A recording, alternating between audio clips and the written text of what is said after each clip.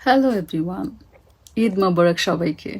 ঈদের জন্য আমি নিয়ে আসলাম ডায়মন্ড সেমাই। কিভাবে আমি ডায়মন্ড সেমাই বানাচ্ছি দেখিয়ে দিচ্ছি। এটা হচ্ছে গিয়ে সাবুদানা। এটাকে আমি কিছুক্ষণ ভিজিয়ে রেখেছি 1 ঘন্টার মতো।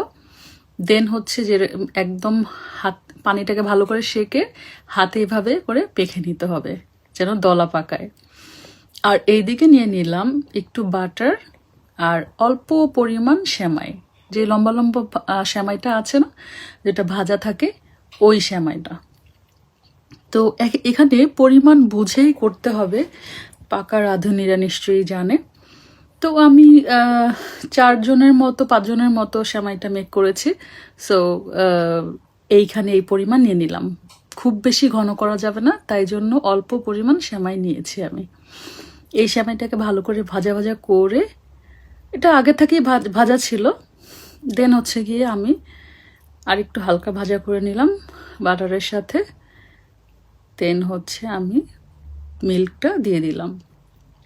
এখানে মিল্কটা কিন্তু ভালো করে টানাতে হবে, সেই পরিমাণ দিতে হবে। ঘনটা যে পরিমাণ সবাই চায় আর কি। আমি অনেক পরিমাণই দুধ দিয়েছি, 1 কেজির বেশি দিয়েছিলাম দুধ, সেটাকে ঘন করতে যতক্ষণ লেগেছে আমার। এর মধ্যে দিয়ে দিচ্ছি কনডেন্স মিল্ক। আমি সুগার অ্যাড করি নাই, শুধুই কনডেন্স মিল্ক। সুগারটা যে মিষ্টিটা যে যেরকম খেতে চাই সেরকম দিলেই হবে, আমরা একদমই হালকা মিষ্টি খাই। এইটাই পরিমাণ দিয়ে দিলাম। তো সাথে হচ্ছে গিয়ে একটু সল্ট, 2টা এলাচ, আর কিছুই না। এইভাবে করে ভালো করে জাল করতে করতে যখন একটু ঘন হয়ে আসবে, তখন আমি এইরকম করে যে বল বানিয়েছিলাম সেই বলগুলাকে আস্তে আস্তে সব দিয়ে দিব। বলগুলো করার সময় কিন্তু হাতে একটু অয়েল মেখে নিলে হয়। আমি একটু পানিতেও ভিজিয়ে নিয়েছিলাম, হাতটা লেগে যাচ্ছিল বারবার। তো এরকম করে করে সব বলগুলা দিয়ে দিলেই হয়ে যাবে। একদিক দিয়ে বল দিবেন, আরেক দিক থেকে ডায়মন্ড হয়ে যাবে। জোসনা, এই সেমাই রান্নাটা আমি একজন আপুর কাছ থেকে দেখেছি, কেউ একজন আপলোড দিয়েছিল, তার কাছ থেকেই নেওয়া আসলে। দেন হচ্ছে আমি মেক করেছি, দারুণ মজা হয়েছে আসলেই। তো এখানে অনেক বেশি প্রথম দিকে নাড়াচাড়া করলেই হবে, একদমই হয়ে যায়। এই তো হয়ে এলো আমার ডায়মন্ড সেমাই।